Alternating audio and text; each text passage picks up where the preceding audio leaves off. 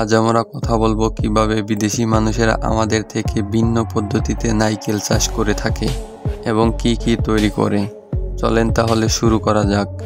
বাইরের দেশে এই নারকেল দিয়ে এমন সব পণ্য তৈরি করা হয় যেগুলো বাংলাদেশের মানুষেরা কল্পনাও করতে পারে না। আজকের ভিডিওতে আপনাদের দেখাবো কিভাবে বীজ রোপণ করা থেকে নারকেল দিয়ে কি কি পণ্য তৈরি করা হয়। বিদেশে মানুষেরা নারকেল চাষের জন্য শুরুটা করে নার্সিং থেকে। তারা প্রথমে নার্সিং থেকে ভালো মানের হাইব্রিড চারাগুলো আলাদা করে বেছে নেয়। সেই চারাগুলো সঠিকভাবে নিয়মিত পানি দিয়ে থাকে এবং যত্ন নেয়।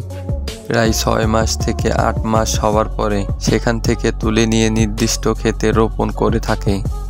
সেখানে প্রতিটা গাছের দূরত্ব 20 থেকে 25 ফুট রাখা হয়ে থাকে, কারণ প্রতিটি গাছে সঠিকভাবে আলো বাতাস পৌঁছাতে পারে।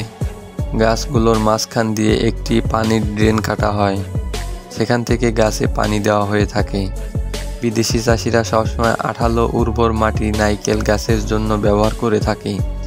এরপর শুরু হয় নারকেল গাছের যত্নের সময়। নিয়মিত আগাছা পরিষ্কার, জৈব সার দেওয়া, কীটনাশক ছিটানো হয়। সাধারণ একটি গাছ 7 থেকে 8 বছর পর নারকেল দেওয়া শুরু করে, কিন্তু তাদের এই হাইব্রিড নারকেল গাছগুলো 3 থেকে 4 বছরের মধ্যে নারকেল ধরে থাকে।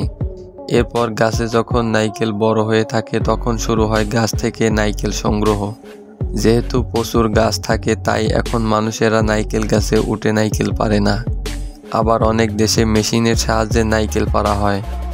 আবার কিছু দেশে বাঁশ দিয়ে কুঠা তৈরি করে নারকেল পেড়ে থাকে। নারকেল পাড়ার পর পানির ড্রেনে ফেলে দেওয়া হয় এবং সেই ড্রেন দিয়ে নারকেলগুলো পানির সাহায্যে ভেসে নিয়ে আসা হয়। তারপর বিশাল একটি ট্রাকে উঠানো হয় এবং ফ্যাক্টরিতে নিয়ে যাওয়া হয়। ফ্যাক্টরিতে প্রথমেই নারকেল গাছগুলো পানি দিয়ে পরিষ্কার করে নেওয়া হয়।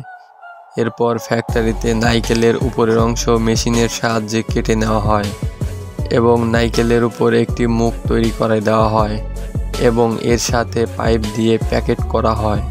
সেই সব নারকেল মার্কেটে এবং শপে পাঠানো হয় খাওয়ার জন্য।